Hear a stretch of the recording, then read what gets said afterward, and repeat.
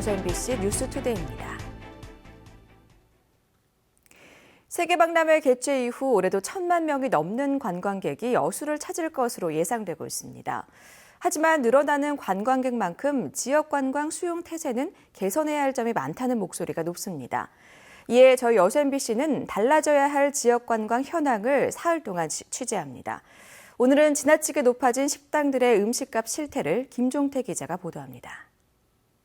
여수시 돌산에 위치한 한 식당. 음식 종류만 40여 가지가 넘는 뷔페집이지만 가격은 5,000원에 불과합니다. 저렴한 음식값은 말할 것도 없이 차별화된 음식 맛에 외지 관광객들의 발길이 끊이지 않습니다. 인근의 또 다른 식당은 지역 해안에서 잡은 갯장어로 장어탕을 끓여내지만 가격은 6,000원만 받습니다.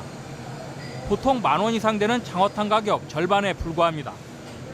저렴한 가격에 남도의 음식 맛까지 입소문을 타면서 항상 관광객들로 만원입니다. 물도 너무 좋고 먹는 음식값도 저렴하고 그러면서 이런 데가 왜 자기 동네는 없냐. 그렇게 말씀을 많이 하시고 합니다. 하지만 여수 지역 식당들이 다 이런 것만은 아닙니다. 관광객이 늘면서 대부분의 식당들의 음식값이 크게 올랐다는 것이 중론입니다. 음식 질은 예전과 그대로면서 슬그머니 가격을 올리거나 일부 식당들은 관광객을 끌어모으기 위해 관광버스 기사들에게 음식값의 20-30%를 리베이트로 지급하면서 가격이 그만큼 올랐다는 것입니다. 네, 관광 왔는데요. 맛이 있어서 좀 여수를 지금 돌아다니고 있거든요. 근데 생각보다는 조금 가격이 좀 생각보다는 비싼 것 같아요. 밀려드는 관광객을 수용하기 위해서라며 남은 음식물을 재사용하거나 음식 재료 원산지를 속여 팔다 적발된 식당도 사라지지 않고 있습니다. 다양한 볼거리와 함께 차별화된 먹거리도 중요한 관광 자원인데도 일부 식당들은 의식 개선 없이 여전히 관광객 유치에만 몰두하고 있습니다. 관광객들이 많이 방문하고 있어서 음식점에 있어서 청결 상태라든지 친절 상태, 또 식중독 예방을 위한 재료의 싱싱도를 저희들이 중점적으로 위생관리를 하고 있습니다. 관광객 증가에 맞춰 이들이 만족할 수 있는 음식점 가격이나 여건은 제대로 갖춰져 있는지 관광 수용 태세에 대한 전반적인 점검이 필요해 보입니다. MBC 뉴스 김종태입니다. 농업이나 문화, 예술 등을 관광과 접목시키려는 시도들이 전국적으로 이어지고 있습니다. 단조로운 기존 관광의 한계를 뛰어넘고 체류형 관광을 이끌어내기 위해서인데요. 지역에서도 건강과 관광을 결합한 이른바 헬스 투어가 내년쯤 선보일 예정입니다. 문영철 기자입니다. 20여 명의 사람들이 강사의 설명에 따라 호흡을 가다듬고 명상에 들어갑니다. 관광 코스의 하나인 기공체조를 체험하고 있는 겁니다. 이렇게 건강과 관광을 접목한 이른바 헬스 투어가 순천에서 시범 운영되고 있습니다. 단순히 지역 명소를 둘러보는 것을 넘어 관광에 건강까지 챙겨보자는 구상에서 시도되는 프로그램입니다. 개인별 체질 분석과 함께 운동 강의와 명상 등 다양한 이론 체험 교육이 관광 일정에 포함되고 제공되는 식사도 지역에서 생산된 로컬 푸드 위주의 건강 식단으로 꾸려집니다. 식생활에서 문제 있었던 거를 이 헬스 투어를 통해서 조금 더 잡아가는 것 같고요. 그 지역에서 나는 농산물에 사랑을 하게 되는 것도 느꼈어요. 순천시는 앞으로 3차례의 시범 운영을 더 거쳐 구체적인 프로그램을 확정한 뒤 내년부터는 일반인들을 대상으로 관광 상품 판매에 나설 계획입니다. 하루 코스, 또 1박 2일 코스, 2박 3일 코스, 그리고 치유형으로서는 고혈압, 당뇨 등 생활 습관을 고치는 데 주력해서 상품을 만들겠습니다. 최근 전국적으로 힐링이나 건강에 중점을 둔 관광 상품 개발이 활발해지고 있어 차별화된 프로그램 개발과 운영이 순천형 헬스 투어 성공의 관건이 될 전망입니다. MBC 뉴스 문형철입니다. 여수시의회 민선 6기 하반기 의장에 박정채 현 의장이 당선됐습니다.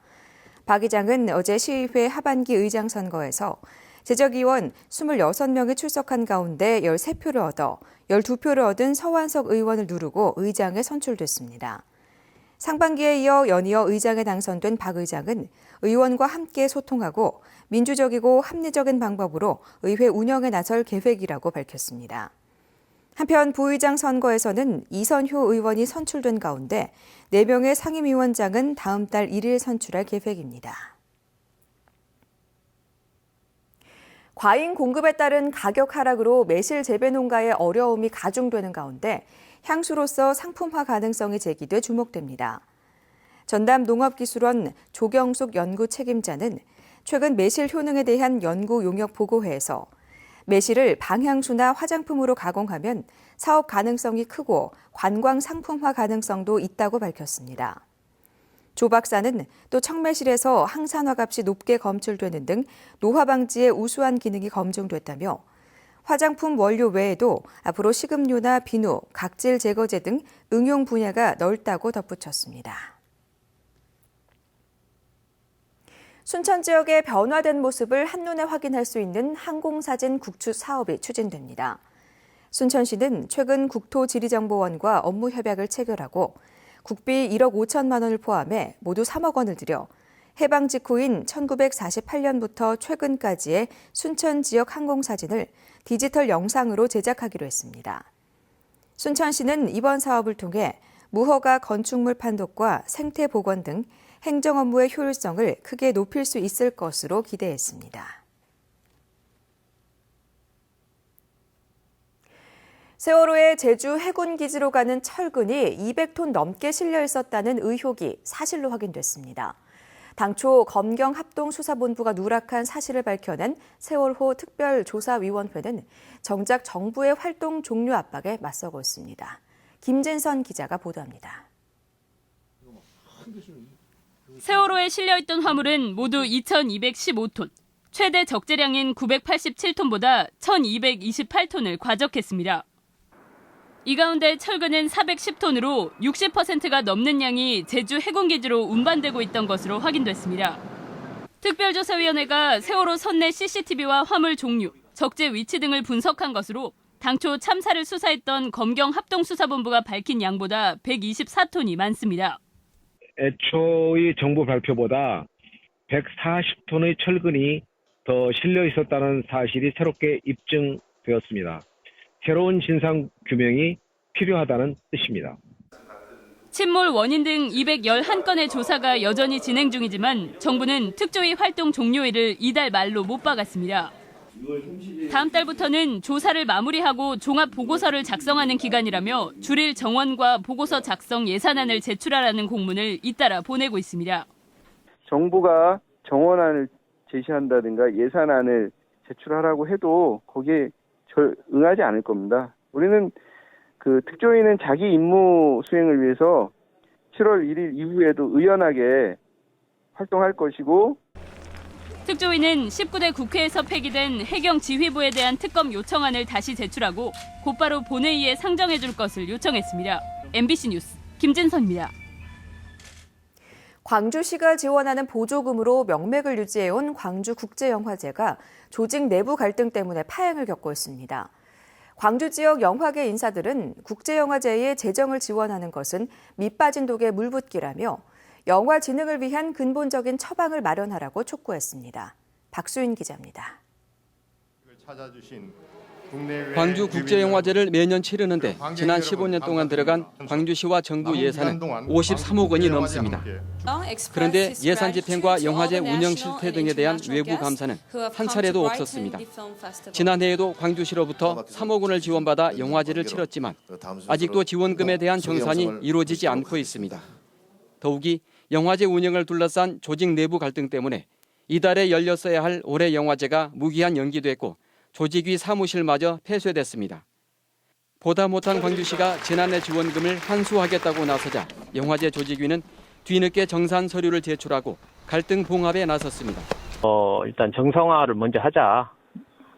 하되 먼저 정산이 중요하니까 정산을 빨리 하자. 이렇게 지금 얘기를 해서 진행하고 있는. 지역 영화인들과 문화단체들은 이런 식으로는 국제영화제가 바로 설 수 없다고 목소리를 높였습니다. 파행을 거듭한 영화제 조직위가 갈등 수습에 나선 건 재정 지원을 받기 위한 미봉책에 불과하다고 지적했습니다. 졸속으로 운영되온 영화제에 시민의 세금을 지원하지 말고 지역 영화 산업을 활성화하기 위한 근본적인 고민을 시작하라고 광주시에 촉구했습니다. 지자체가 지역의 영화 발전을 위해 노력하고 영화제를 통해 다양성 영화 등 지역민들의 문화 향유권을 확대하기 위해 안간 힘을 쓰는 동안 광주시는 과연 무엇을 했단 말인가? 광주시는 지금 같은 갈등과 파행이 계속된다면 재정 지원은 쉽지 않을 것이라는 입장입니다. 문화도시를 표방하는 광주에서 겨우 명맥만 유지해온 국제영화제가 이제 존폐마저 위협받고 있습니다. MBC 뉴스 박수인입니다. 고흥군이 관광 인프라 구축 차원에서 오는 2018년까지 212억 원의 사업비를 들여 도로 기반 시설을 확충합니다. 고흥군은 올해 말 여수와 고흥을 잇는 연륙교 개통을 앞두고 모두 82억 원을 들여 인근 도로인 국도 14호선의 확포장 사업을 진행하고 있습니다. 고흥군은 이와 함께 내년 덤벙 분청 문화관 개관에 대비해 군도 2호선과 지방도 843호선을 확장하는 데도 130억 원을 투입하기로 했습니다. 여수 시민 10명 가운데 6명 이상이 민선 6기 2년 주철현 여수시장의 시정 운영에 긍정적인 평가를 내렸습니다. 여수 지역사회연구소는 최근 여수시민 시정 만족도 설문조사 결과 주철현 시장의 시정 운영에 대해 64점을 줬으며 관광 활성화를 통한 지역경제 발전 질문에 대해서는 69점의 만족도를 나타냈습니다.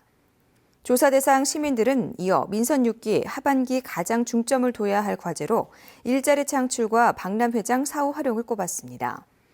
이번 조사는 지난 15일부터 나흘간 여수시 거주 19세 이상 남녀 709명을 대상으로 면접과 전화 조사로 진행됐으며 표본 오차는 플러스 마이너스 3.68%포인트입니다.